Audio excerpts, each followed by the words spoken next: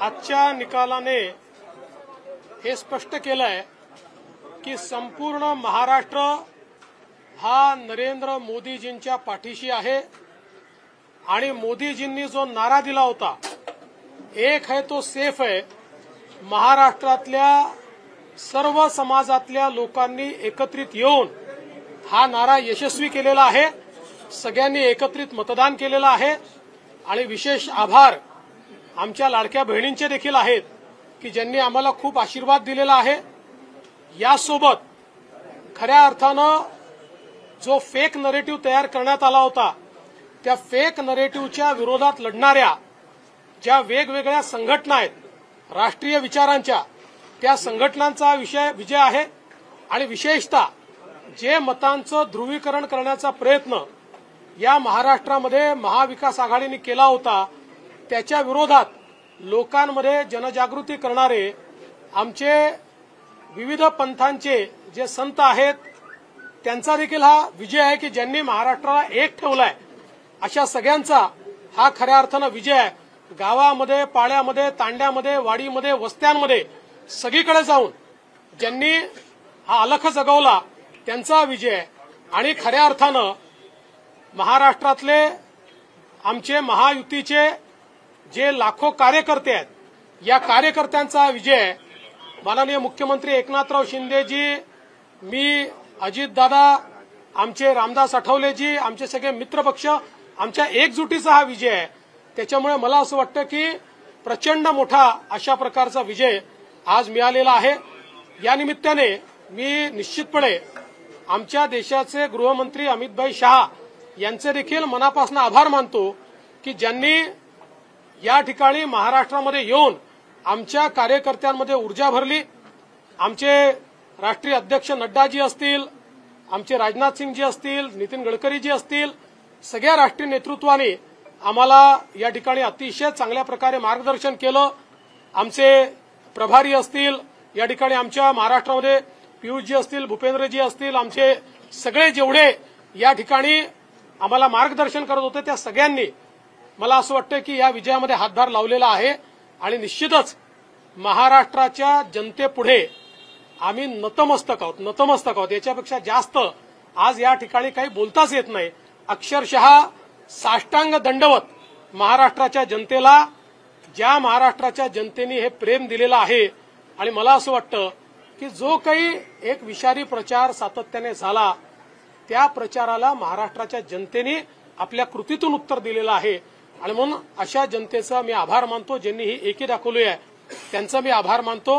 आणि मी सांगितलं होतं की आम्ही आधुनिक अभिमन्यू आहोत, आम्ही चक्रव्यूह तोडून दाखवू। तो चक्रव्यूह तुटलेला आहे आणि महाराष्ट्र मोदीजींच्या पाठीशी खंबीरपणे उभा आहे। आज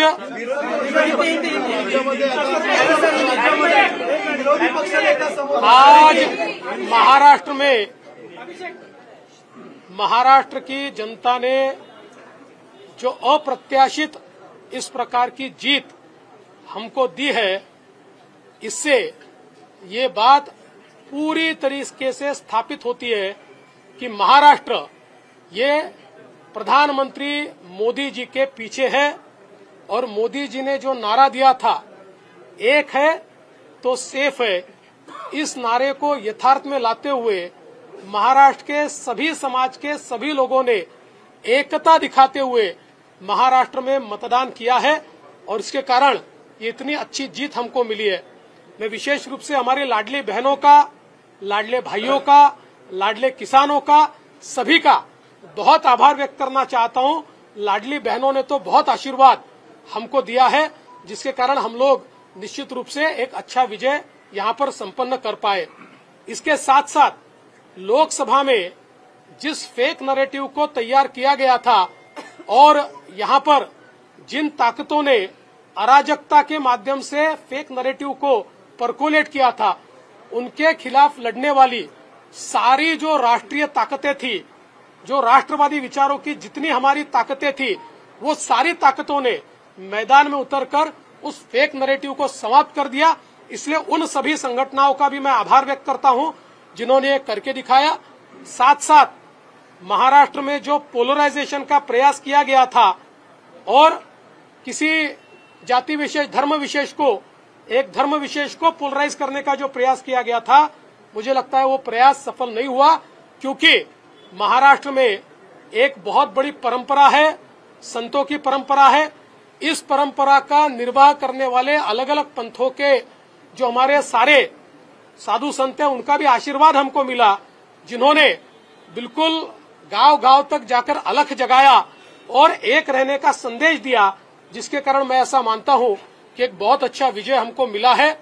विशेष रूप से हमारे मुख्यमंत्री एकनाथ शिंदे जी, उप मुख्यमंत्री अजितदादा पवार जी, रामदास अठौले जी और हमारे साथ की जितनी छोटी पार्टियां हैं, हम सब लोग एक साथ रहे, एक साथ मिलकर हमने ये काम किया। इसलिए मैं ऐसा मानता हूं कि इस एकता का ये विजय है, जो हमारी महायुति थी, अभेद्य इस प्रकार की महायुति थी, महायुति का ये विजय है, ऐसा मैं मानता हूं।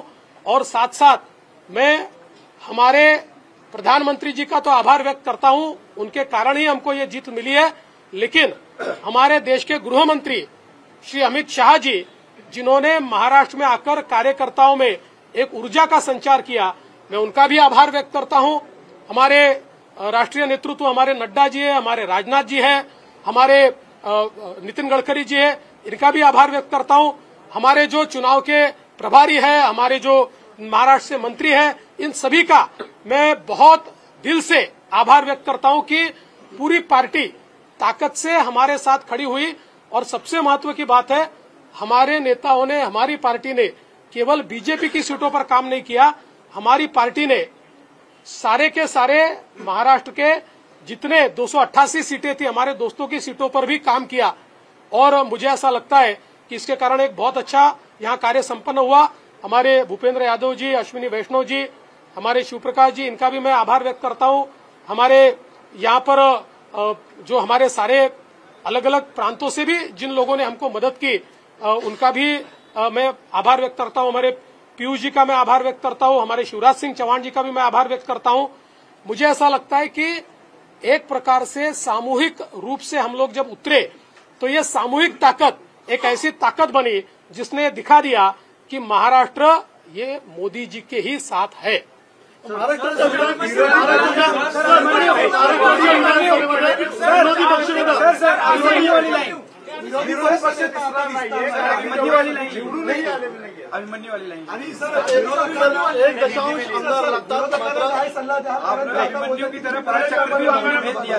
ऐसा है, मैंने पहले ही कहा था कि मैं आधुनिक अभिमन्यु हूँ, चक्रव्यूह को भेदना जानता हूँ। हमने चक्रव्यूह को भेदा है और ये कोई मैं पहले भी कह रहा हूँ, वापस कह रहा हूँ, इस विजय में मेरा बहुत छोटा उसमें मैं समझता हूँ कि सहभाग है। एक ये हमारी जो पूरी टीम है, इस टीम ने इस विजय को लाया है।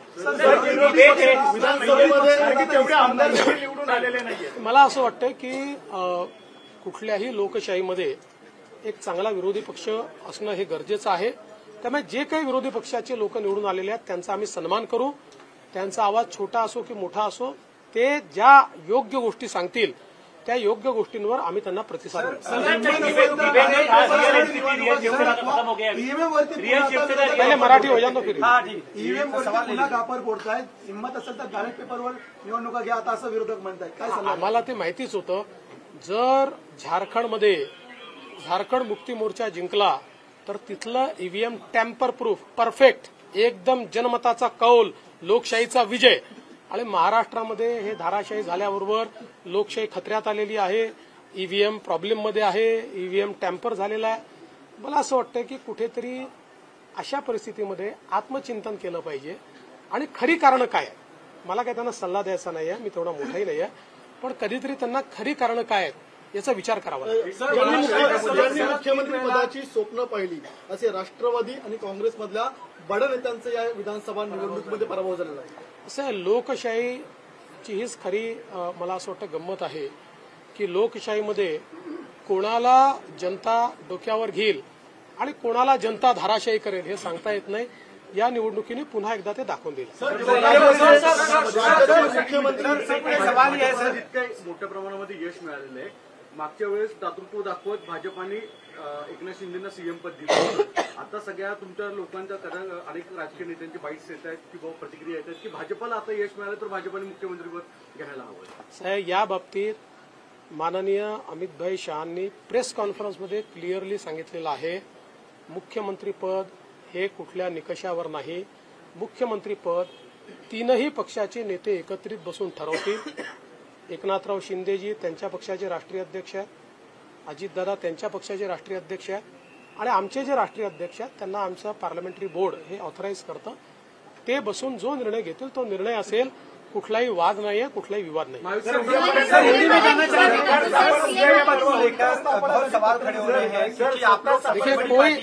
सीएम पद क्या बीजेपी ने खाते हैं? सीएम पद के ऊपर कोई भी विवाद यहाँ नहीं होने वाला, क्योंकि पहले दिन से ये तय है कि चुनाव जब संपन्न होगा तो चुनाव के बाद तीनों पार्टियां मिलकर इसको तय करेगी.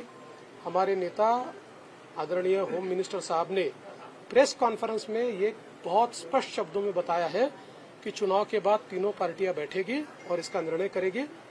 अभी मैं ऐसा मानता हूं कि हमारे एकनाथ शिंदे जी उनके पार्टी के अध्यक्ष है, अजित पवार जी उनके पार्टी के अध्यक्ष है और साथ में हमारे पार्टी के जो राष्ट्रीय अध्यक्ष है उनको हमारा पार्लियामेंट्री बोर्ड ऑथराइज करता है. तो ये लोग बैठकर एक उचित निर्णय करेंगे. हमारे वरिष्ठ नेताओं से बातचीत करेंगे, हमारे पार्लियामेंट्री बोर्ड से बातचीत करेंगे.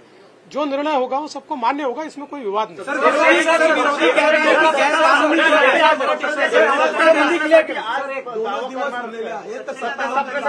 बाबा, आता पूर्ण रिझल्ट संपू द्या. आता मी आणि अजितदादा आता सीएम साहेबांकडे चाललो आहे. आम्ही बसून जरा पुढचा काय कार्यक्रम करायचा तो चॉकआउट करू आणि तुम्हाला नीट सांगू. शिवसेना रियल एनसीपी वो भी एंड हो गया, ऐसा आपको लगता है? मुझे ऐसा लगता है कि एक प्रकार से लोगों ने अपना मैंडेट दे दिया. लोगों ने एकनाथ शिंदे जी को रियल शिवसेना के रूप में स्वीकार कर लिया है. बाळासाहेब ठाकरे की हिंदू हृदय सम्राट शिवसेना प्रमुख बाळासाहेब ठाकरे की जो शिवसेना है उसकी लेजिटिमसी ये एकनाथ शिंदे जी को मिली है और जो मूल एनसीपी है उसकी लेजिटिमसी अजित पवार जी को मिली है.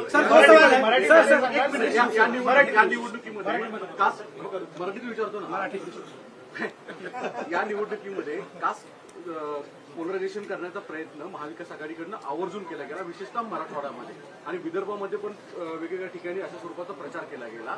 तरी देखील विदर्भ आणि मराठवाडा याच्यामध्ये प्रचंड भाजपाला यश मिळताना दिसतंय. याचं प्रमुख अॅनालिसिस मला असं वाटतं की जेव्हा वारंवार तुम्ही एका व्यक्तीला एका पक्षाला टार्गेट करता त्यावेळी तुम्ही जे टार्गेट करता त्यातली हवा पण निघून जाते आणि त्याची तीव्रताही कमी होते आणि लोकांना त्याचं सत्य समजतं. लोकांच्या मनात त्यानंतर एक प्रकारची सहानुभूती तयार होते. लोकांना लक्षात येतं की चुकीच्या पद्धतीनं टार्गेट केलं जातं. तसंच आम्हाला महाविकास आघाडीने ठरवून या ठिकाणी टार्गेट केलं.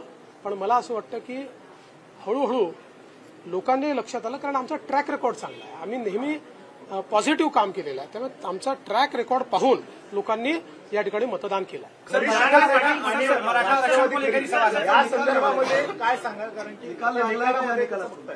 मला असं वाटतं की या निकालाने एक गोष्ट स्पष्ट केली आहे, हिंदू हृदय सम्राट शिवसेना प्रमुख बाळासाहेब ठाकरे यांची शिवसेना ही एकनाथराव शिंदेजींची शिवसेना आहे किंवा एकनाथराव शिंदेजी ज्या शिवसेनेचे प्रमुख आहेत तीच शिवसेना ही आता या ठिकाणी हिंदू हृदय सम्राट शिवसेना प्रमुख बाळासाहेब ठाकरेंची आहे. त्याची लेजिटिमसी जी आहे ती आता एकनाथराव शिंदेजींकडे आलेली आहे आणि तशीच राष्ट्रवादी काँग्रेसची लेजिटिमसी जनतेनं अजितदादा पवारांना दिलेली आहे.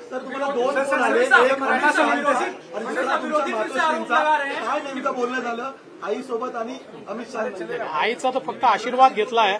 आईने आशीर्वाद दिलाय आणि अमितभाईंनी खूप आनंद व्यक्त केला आणि अमितभाईंनी या ठिकाणी आमचं अभिनंदन देखील केलं.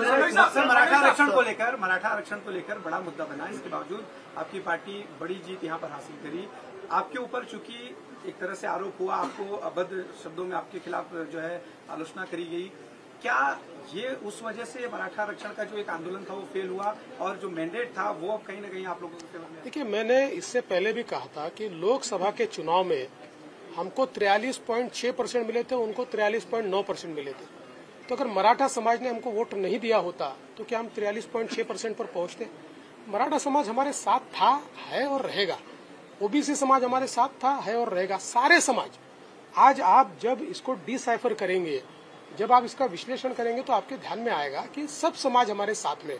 देखिए, हर समाज की अपनी इच्छाएं होती है, आकांक्षाएं होती है, लेकिन उनको ये भी पता होता है कि अपनी आकांक्षाएं पूर्ण करने के लिए प्रामाणिकता से काम कौन कर सकता है, तो लोगों का विश्वास हम पर है। तर 2019ला मला आठवतं की वर्षावर एक प्रेस झाली होती, त्यानंतर शरद पवारांनी तेल लावलेला पैलवान हे वाक्य बोललं होतं आणि तुमचं आलेलं माइंडेड गव्हर्नमेंट पाडलं गेलं होतं कालांतराने, त्याचा तुम्ही प्रतिबदला घेतलाय का आता? आणि तेल लावलेला पैलवान कुठलाही बदला मी घेतलेला नाही। राजकारणामध्ये जनता ठरवते कोण जिंकेल कोण हरेल। कधी कधी एखाद्या गोष्टीचा नापसंती ही जनता कळवते, त्यामुळे यातनं जनतेने कदाचित नापसंती कळवली असेल आणि आमच्या बाबतीत पसंती कळवली असेल। मला असं वाटतं की याला वेगळ्या पद्धतीने पाहण्याचं कारण नाही आणि नंबर्स काय आहे याच्या आधारावर मी विरोधी पक्षाचं मूल्यमापन करणार। सर, एक सवाल है कि नीतीवरतून जी चर्चा सुरू झालेली आहे, महाराष्ट्र चाणक्य म्हणून शरद पवारांचा उल्लेख वारंवार केला जायचा, आता महाराष्ट्र चाणक्य बदलला आहे। बदलला असेल तर मला माहित नाही, फक्त मी एवढंच सांगू शकतो की मी तरी चाणक्य वगैरे काही नाही। मी भारतीय जनता पक्षाचा साधा कार्यकर्ता आहे। माझा पक्ष मला ताकद देतो, माझ्या पाठीशी उभा राहतो, म्हणून मला हे सगळं करता येतं। आमच्या पक्षातले जे वेगवेगळे नेते आहेत हे सगळे नेते माझं नेतृत्व मान्य करतात, म्हणून मला पुढे जाता येतं। त्याच्यामुळे चाणक्य वगैरे नाही। म्हणून सांगितलं, हे जे काही आम्ही जिंकलो आहे ही एकत्रित भारतीय जनता पक्षाचा हा विजय आहे। याच्यात देवेंद्र फडणवीसचं कॉन्ट्रीब्युशन हे फार लहान आहे। गैरकानूनी जीत एक कह रही है, संजय राउत ने स्टेटमेंट दिया है कि गैरकानूनी जीत है, इस जीत को नहीं मानते क्योंकि जनता आप लोग के खिलाफ थी। और सर, और इसी से एक सवाल इसी पे कंटिन्यू कर लेता हूँ सर, क्या देवेंद्र फडणवीस के रूप में समंदर वापस आ गया है? जो लोग घर किनारे पे बसाए थे बह जाएंगे? देखिए, पहली बात तो ये है कि संजय राउत, इनके ऊपर मैं कभी प्रतिक्रिया देता नहीं हूँ, लेकिन आज आवश्यकता इसलिए दे रहा हूँ। मुझे ये पता है कि झारखंड में झारखंड मुक्ति मोर्चा जीता है तो बहुत लेजिटिमेट जीता है। वहाँ चुनाव एकदम फेयर हुआ है, वहाँ पर इलेक्शन कमीशन ने अच्छा काम किया है, वहाँ पर ईवीएम इतना पक्का था कि वो हैक ही नहीं हो सकता। वहाँ लोकतंत्र का विजय हुआ है। और महाराष्ट्र में अगर हमको लैंडस्लाइड विक्ट्री मिली है तो इलेक्शन कमीशन भी बायस हो गया है, यहाँ का ईवीएम हैक हो गया है, यहाँ पर लोकतंत्र की हत्या हो गई है। देखिए, कभी न कभी आत्मचिंतन करने की आवश्यकता होती है। जो आत्मचिंतन नहीं करते जिंदगी में वो समाप्त हो जाते हैं। मुझे ऐसा लगता है कि कभी न कभी आत्मचिंतन करना चाहिए, और इस प्रकार से वो बात करेंगे तो क्या लोगों का विश्वास बैठेगा? चलो, थैंक यू। सर, एक फोटो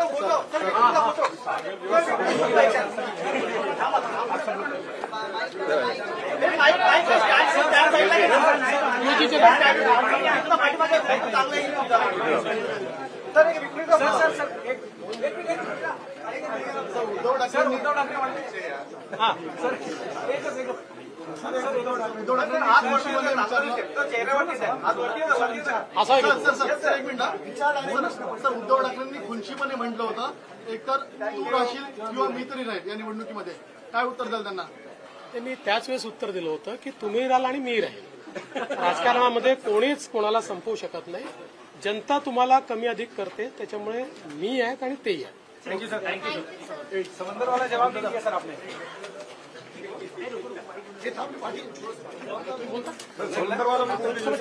समंदर वाला जवाब, समंदर सर, क्या देवेंद्र फडणवीस के रूप में वापस आ गया है और जो अगल बगल में बह जाएंगे?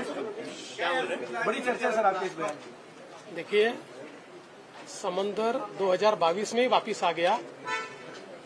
अभी हम सब लोग मिलकर यहाँ पर सरकार स्थापन करने वाले हैं, इसलिए मुझे लगता है कि कोई अब इसमें बहुत शेरो शायरी करने की आवश्यकता नहीं है। मैं एक गोष्ट मला या निमित्ताने सांगायची आहे, जी निश्चितपणे सांगितली पाहिजे की आमचे अध्यक्ष चंद्रशेखर बावनकुळे यांच्या नेतृत्वात गेल्या 2 वर्षात पार्टीने खालपर्यंत जे कार्यक्रम राबवले त्यामुळे पूर्ण पार्टी जिवंत झाली आणि पार्टीच्या कार्यकर्त्यांनी ही निवडणूक अंगावर घेतली। आणि म्हणून मी बावनकुळेजी आणि आमच्या पार्टीच्या कार्यकर्त्यांचे मनापासून आभार मानतो। मैं हमारे अध्यक्ष चंद्रशेखर बावनकुळे जी और पार्टी के सभी कार्यकर्ताओं का आभार व्यक्त करना चाहता हूं। इन कार्यकर्ताओं ने हमारे बावन कोई जी के नेतृत्व में पिछले 2 साल लगातार नीचे तक जाकर पार्टी को प्रस्तापित किया, पार्टी के कार्यक्रम उन्होंने वहां पर संपन्न किए और उसके कारण पार्टी में एक नई जान आई।